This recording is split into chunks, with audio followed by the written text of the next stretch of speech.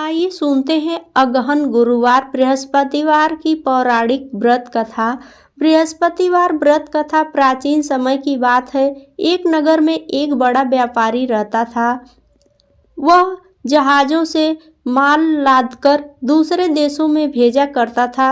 वह जिस प्रकार अधिक धन कमाता था उसी प्रकार जी खोलकर दान भी करता था, परंतु उसकी पत्नी अत्यंत कंजूस थी। वह किसी को एक दमड़ी भी नहीं देने देती थी। एक बार सेठ जब दूसरे देश व्यापार करने गया तो पीछे से बृहस्पति देव ने साधु वेश में उसकी पत्नी से भिक्षा मांगी। व्यापारी की पत्नी बृहस्पति देव से बोली, हे साधु महाराज, मैं इस दान और पुण्य से तंग आ गई हूँ। आप कोई ऐसा उपाय बताएं जिससे मेरा सारा धन नष्ट हो जाए और मैं आराम से रह सकूं। मैं यह धन लुटाता हुआ नहीं देख सकती। बृहस्पति देव ने कहा, हे देवी, तुम बड़ी विचित्र हो। संतान और धन से कोई दुखी होता है। अगर अधिक धन है तो इसे शुभ कार्यों में लगाओ, कुंवारी कन्याओं का विवाह कराओ, विद्यालय और बाग बगीचों का निर्माण कराओ। ऐसे पुण्य कार्य करने से तुम्हारा लोक परलोक सार्थक हो सकता है। परंतु साधु की इन बातों से व्यापारी की पत्नी को खुशी नहीं हुई। उसने कहा, मुझे ऐसे धन की आवश्यकता नहीं है जिसे मैं दान दूं। तब बृहस्पति देव बोले, यदि तुम्हारी ऐसी इच्छा है तो तुम एक उपाय करना। 7 बृहस्पतिवार घर को गोबर से लीपना, अपने केशों को पीली मिट्टी से धोना, केशों को धोते समय स्नान करना, व्यापारी से हजामत बनवाने को कहना, भोजन में मांस मदिरा खाना, कपड़े अपने घर धोना। ऐसा करने से तुम्हारा सारा धन नष्ट हो जाएगा। इसका इतना कहकर बृहस्पति देव अंतर्ध्यान हो गए। व्यापारी की पत्नी ने बृहस्पति देव के कहे अनुसार 7 बृहस्पतिवार वैसा ही करने का निश्चय किया। केवल 3 बृहस्पतिवार बीते थे कि उसी समस्त धन संपत्ति नष्ट हो गई और वह परलोक सिधार गई। तब व्यापारी वापस आया तो उसने देखा कि उसका सब कुछ नष्ट हो चुका है। उस व्यापारी ने अपनी पुत्री को सांत्वना दी और दूसरे नगर में जाकर बस गया। वहां वह जंगल में लकड़ी काटकर लाता और शहर में बेचता। इस तरह वह अपना जीवन व्यतीत करने लगा। एक दिन उसकी पुत्री ने दही खाने की इच्छा प्रकट की, लेकिन व्यापारी के पास दही खरीदने के पैसे नहीं थे। वह अपनी पुत्री को आश्वासन देकर जंगल में लकड़ी काटने चला गया। वहां एक वृक्ष के नीचे बैठ अपनी पूर्व दशा पर विचार कर रोने लगा। उस दिन बृहस्पतिवार था। तभी वहां बृहस्पति देव साधु के रूप में सेठ के पास आए और बोले, हे मनुष्य, तू इस जंगल में किस चिंता में बैठा है? तब व्यापारी बोला, हे महाराज, आप सब कुछ जानते हैं। इतना कहकर व्यापारी अपनी सारी कहानी सुनाकर रो पड़ा। बृहस्पति देव बोले, देखो बेटा, तुम्हारी पत्नी ने बृहस्पति देव का अपमान किया था, इसी कारण तुम्हारा यह हाल हुआ है। लेकिन अब तुम किसी प्रकार की चिंता मत करो। तुम गुरुवार के दिन बृहस्पति देव का पाठ करो। 2 पैसे के चने और गुड़ को लेकर जल के लोटे में शक्कर डालकर वह अमृत और प्रसाद अपने परिवार के सदस्यों और कथा सुनने वालों में बांट दो। स्वयं भी प्रसाद और चरणामृत लो। भगवान तुम्हारा अवश्य कल्याण करेंगे। साथ ही बात सुनकर व्यापारी बोला, महाराज, मुझे तो इतना भी नहीं बचता कि मैं अपनी पुत्री को दही लाकर दे सकूं। इस पर साधु जी बोले, तुम लकड़ियां शहर में बेचने जाना। तुम्हें लकड़ियों के दाम पहले से चौगुने मिलेंगे, जिससे तुम्हारे सारे कार्य सिद्ध हो जाएंगे। उसने लकड़ियां काटी और शहर में बेचने के लिए चल पड़ा। उसकी लकड़ियां अच्छे दाम में बिक गईं, जिससे उसने अपनी पुत्री के लिए दही लिया और गुरुवार की कथा हेतु चना गुड़ लेकर कथा की और प्रसाद बांटकर स्वयं भी खाया। उसी दिन से उसकी सभी कठिनाइयां दूर होने लगी। परंतु अगले बृहस्पतिवार को वह कथा करना भूल गया। अगले दिन वहां के राजा ने एक बड़े यज्ञ का आयोजन कर पूरे नगर के लोगों के लिए भोज का आयोजन किया। राजा की आज्ञा अनुसार पूरा नगर राजा के महल में भोज करने गया, लेकिन व्यापारी व उसकी पुत्री तनिक विलंब से पहुँचे।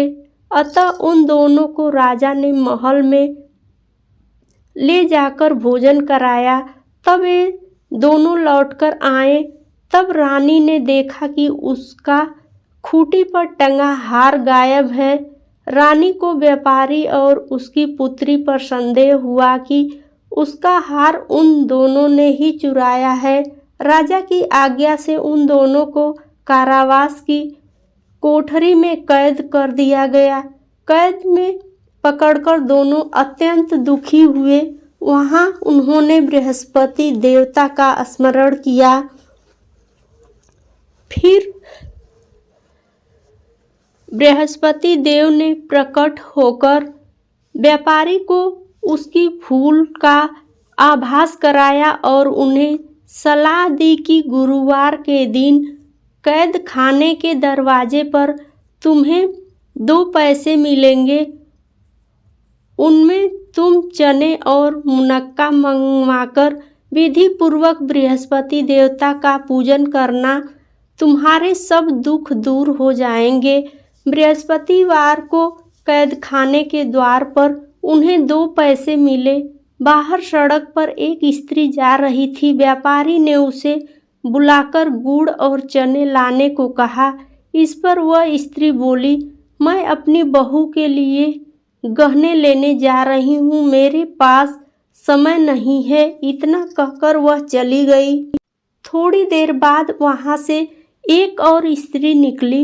व्यापारी ने उसे बुलाकर कहा कि हे बहन, मुझे बृहस्पतिवार की कथा करनी है, तुम मुझे 2 पैसे का गुड़ चना ला दो। बृहस्पति देव का नाम सुनकर वह स्त्री बोली, भाई मैं तुम्हें अभी गुड़ चना लाकर देती हूँ। मेरा इकलौता पुत्र मर गया है। मैं उसके लिए कफन लेने जा रही थी, लेकिन मैं पहले तुम्हारा काम करूँगी, उसके बाद अपने पुत्र के लिए कफन लाऊंगी। वह स्त्री बाजार से व्यापारी के लिए गुड़ चना ले आई और स्वयं भी बृहस्पति देव की कथा सुनी। कथा के समाप्त होने पर वह स्त्री कफन लेकर अपने घर गई। घर पर लोग उसके पुत्र की लाश को राम नाम सत्य है कहते हुए शमशान ले जाने की तैयारी कर रहे थे। स्त्री बोली, मुझे अपने लड़के का मुख देख लेने दो। अपने पुत्र का मुख देखकर उस स्त्री ने उसके मुंह में प्रसाद और चरणामृत डाला। प्रसाद और चरणामृत के प्रभाव से वह पुनः जीवित हो गया।